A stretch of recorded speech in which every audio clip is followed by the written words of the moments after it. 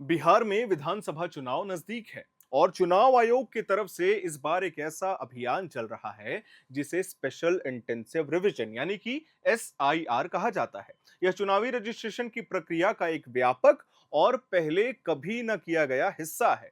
इस पूरे अभियान का लक्ष्य है वोटर लिस्ट को और अधिक पारदर्शी और सटीक बनाना। लेकिन इसी बीच कई सवाल विवाद पैदा करने वाली आवाजें भी उठने लगी हैं। सबसे पहले बात करते हैं उस ड्राफ्ट वोटर लिस्ट की जिसे 1 अगस्त को जारी किया गया था। इसमें कुल 7.24 करोड़ मतदाताओं का नाम था, लेकिन इस ड्राफ्ट तक पहुंचने के लिए 7.89 करोड़ मतदाताओं को एन्यूमरेशन फॉर्म भरने थे, जिसकी अंतिम तिथि थी 25 जुलाई। इस प्रक्रिया के दौरान 65 लाख नाम बाहर कर दिए गए। कारण थे मृत्यु, दूसरी जगह जाना, दोहरे नाम या फिर ट्रेस ना हो पाना। ये बदलाव चुनाव से ठीक पहले किए गए थे।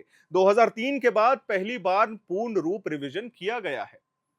इस पूरे बदलाव को विशेषज्ञों और विपक्ष ने भी सवालों के सिकंजे में पकड़ रखा है। कई ने इस कदम को समय अनुकूल नहीं और लोकतंत्र में बाधा देने वाला कहा है। क्या विधिक आधार था इस एसआईआर के लिए?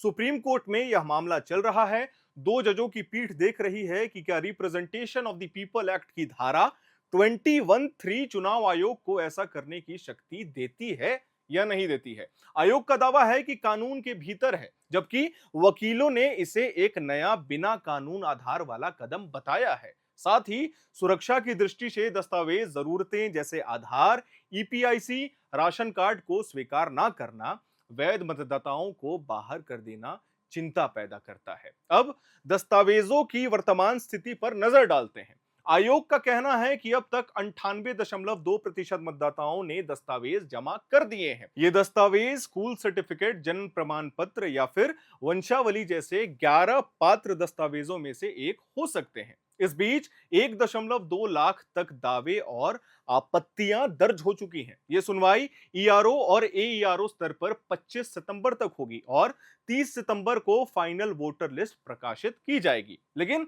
एसआईआर का सबसे विवादित पहलू यह है कि लाखों मतदाताओं को पूरी तरह से हटाया जा रहा है और कई को संभवित विदेशी नागरिक कहकर नोटिस भेजा जा रहा है। अब तक 3 लाख मतदाताओं के दस्तावेजों में गलतियां पाई गई हैं और उन्हें 7 दिनों के भीतर वेरिफिकेशन के लिए उपस्थित होने का नोटिस भी मिला है। इनमें से कईयों को सबूतों के अभाव में शक की लिस्ट में रखा गया है। सुप्रीम कोर्ट ने एक अंतरिम आदेश में यह निर्देश दिया है कि हटाए गए 65 लाख नामों की जिला और बूथ स्तर पर सार्वजनिक सूची उपलब्ध कराई जाए, जिससे पारदर्शिता बनी रहे। साथ ही जो लोग ड्राफ्ट में नहीं थे, वे आधार या अन्य मंजूर दस्तावेजों से पुनः दावा कर सकेंगे।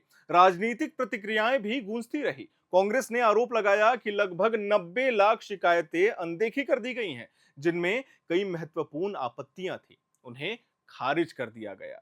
आरजेडी ने सुप्रीम कोर्ट में समय सीमा बढ़ाने की मांग की है, ताकि आम जनता को वोटर लिस्ट देखने और आपत्ति दर्ज कराने का पर्याप्त समय मिल सके। कोर्ट ने 8 सितंबर को इन याचिका पर सुनवाई तय की है, जिसमें आरजेडी ने समय सीमा को 15 सितंबर तक बढ़ाने का अनुरोध किया है।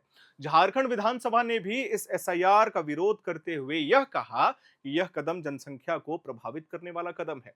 इन सबके बीच सुप्रीम कोर्ट ने एसआईआर को एक वोटर फ्रेंडली पहल बताया है, क्योंकि पहले सिर्फ 7 दस्तावेज मंजूर थे, अब संख्या बढ़ाकर 11 कर दी गई है।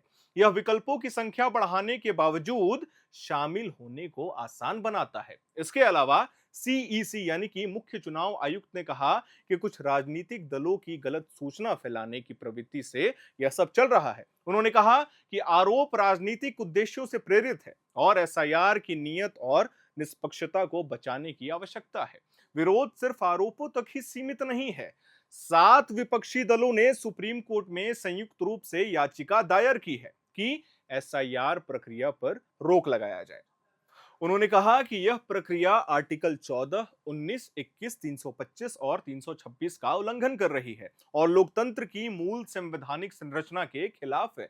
सुप्रीम कोर्ट ने स्पष्ट किया कि अगर चुनाव आयोग की इस प्रक्रिया में गड़बड़ी हुई तो वह हस्तक्षेप करेगा। साथ ही कहा गया कि मतदाता सूची स्थिर नहीं रह सकती है, समय समय पर उसमें संशोधन जरूरी है। बहरहाल एसआईआर की प्रक्रिया जारी है, लेकिन इस पर उठने वाले सवाल भी जस के तस हैं। देखना यह है कि इन सवालों के बीच चुनाव आयोग एसआईआर की पूरी प्रक्रिया को किस तरीके से अंजाम तक पहुंचाता है। मैं उम्मीद करता हूं कि आपको यह जानकारी पसंद आई होगी। अगर आपको वीडियो पसंद आया हो तो इसे लाइक करिएगा, शेयर करिएगा, हमारे चैनल के लिए सब्सक्राइब करिएगा। मेरा नाम है हर्षित और आप देख रहे हैं एयर नाउ।